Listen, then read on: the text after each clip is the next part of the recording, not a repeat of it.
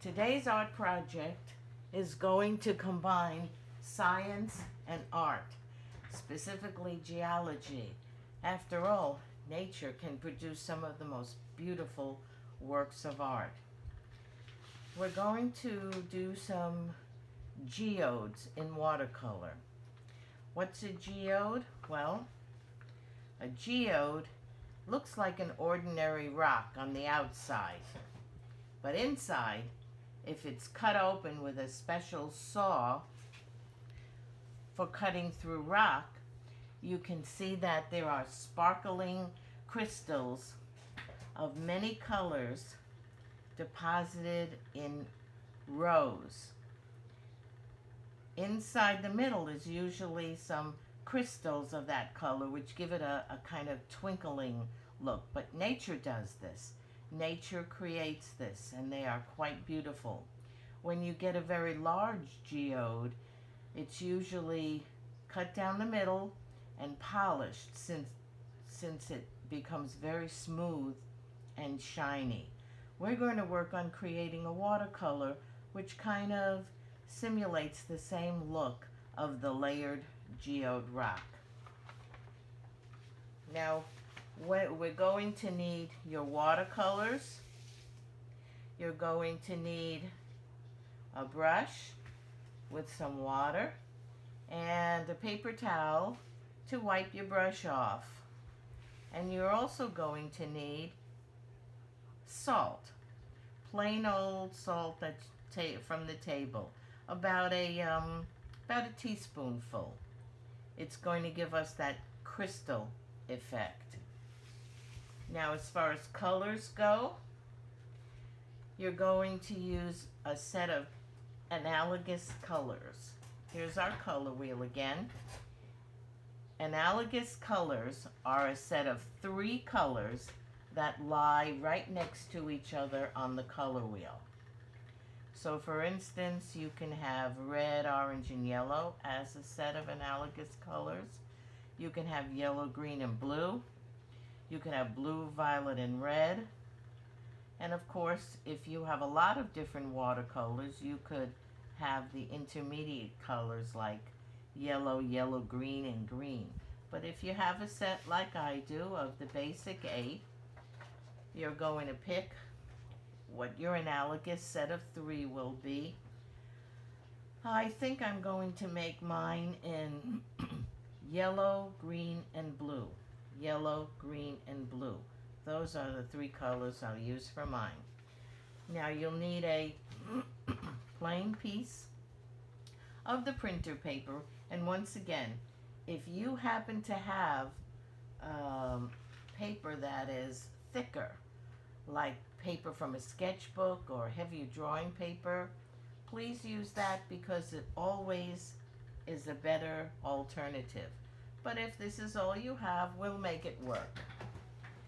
Now you also need a marker. You can use a Sharpie marker or you can use a plain marker. They'll give you 2 different looks, but they'll both work. I'm going to use a Sharpie for mine. And if you're using a Sharpie, remember that you need to have something underneath, or else it'll bleed right through. So make sure you put something underneath it. So let's start out by drawing that basic kind of like a lumpy rock shape. You notice they're not perfectly smooth around. It's a natural rock, so it is a bit lumpy. Make it large. Use the entire surface of your paper. If you prefer to draw it in pencil first and then go over it with the marker, you certainly can do that. But I'm going to go right in and a little bit of lumpy, as I said, lumpy bumpy. There we go. No points, just sort of lumpy. As I said, if you wanted to use a pencil first, you can do that. Now, here's how we start. You are going to have to work rather quickly with this because it is watercolor And we're going to use a special technique of bleeding the colors. We don't want it to dry completely before we're finished. So the first thing you do is use some plain water and paint the whole inside. Just plain water. Make sure you get it all. I know it's a little difficult to see because the water's clear, but it does change the paper a bit, so you will be able to see. Alright, I have a fan above me, which means I probably should have shut the fan off, but we'll see how this works out. Let me take this out of the way now. There. Get the water in there right to the edges. It's important that you get it right to the edges, alright? There. Water. Right through the middle. The middle of our geode, the very middle, is going to be white. We're going to leave that like it was quartz. The crystals of quartz in there. There, I think I got it all. Now we're ready to start. I said I was going to use the yellow, green, and blue. So I think I'll start off with some green. Remember, watercolors, you need water, and you gently stir it to get some paint, and you use the tip of the brush. For this, we will be able to press down a little bit.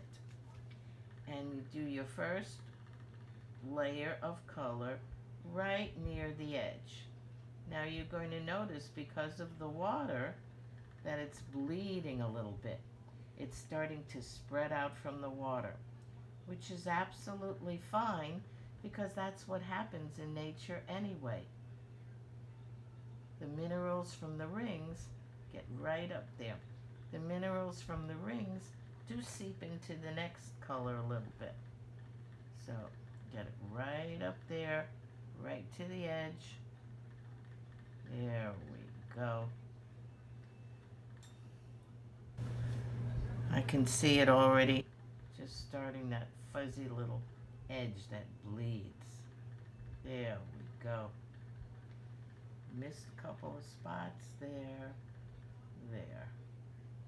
Now my next color, I can have blue or yellow.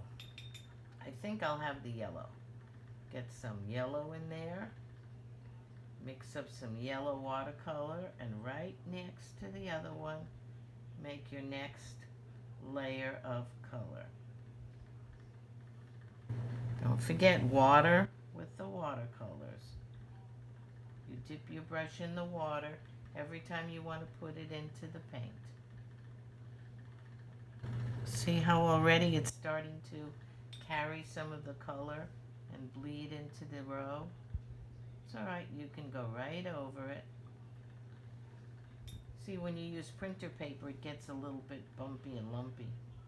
If you had a heavier drawing paper, it wouldn't do this. There. Let me fill in a couple of spots there that I missed. Good. Now I think I'll go for the blue. The blue.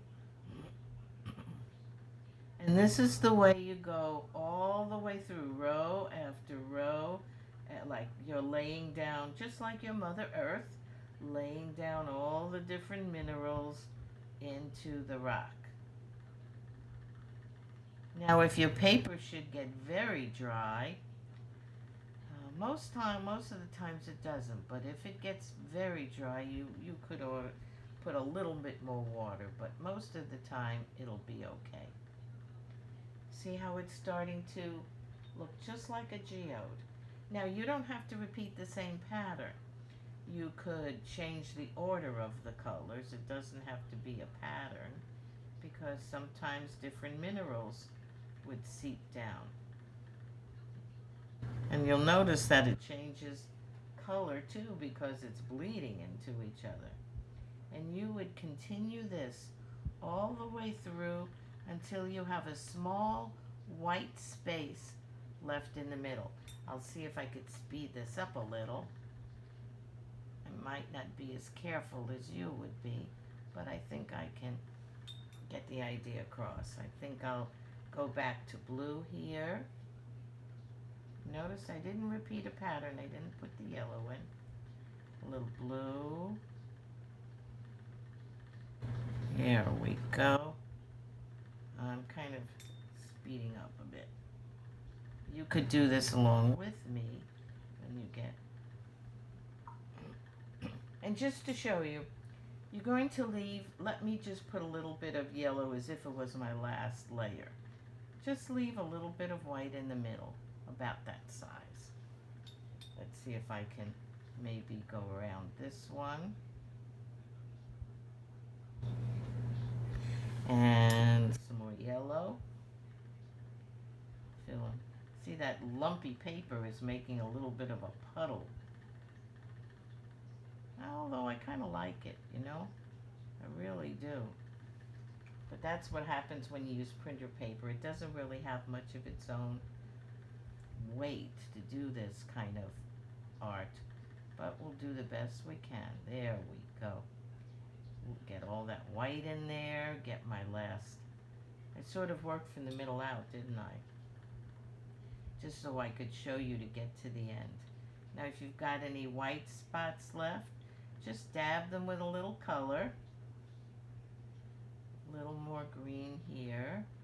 And that should take care of it. Looks like my middle kind of closed up on me. That's alright. I need a little more green here. And maybe a little more over here. And a little more over here. Because we don't want to have any white. And maybe a touch of blue over here. It's already starting to dry. I can see it. There we go. But honestly, looks like a real geode. Now, before it completely dries, here's where the salt comes in. The salt will absorb some of the moisture and crystallize. So you just take it and kind of sprinkle it all over. Take it in your fingers and sprinkle. It'll move some of the color around too. There we go. Sprinkle a little salt. You don't need too much. As I said, about a teaspoon in a little cup or something that you can reach into will do. And I think that's it for me. I'm going to just put this on a paper to dry. Keep it flat. And I'll put this aside.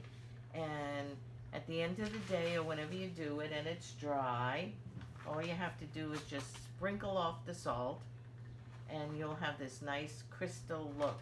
Actually, I like my second one better than my first one. And there you go. There's your geode, looking very much like the real thing.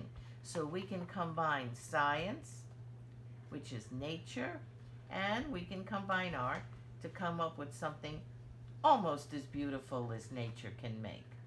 I hope you enjoy doing this. Please send a picture to me, boys and girls, but when you send it to my email, put your name in the email so I know who did it. Until our next project, bye boys and girls.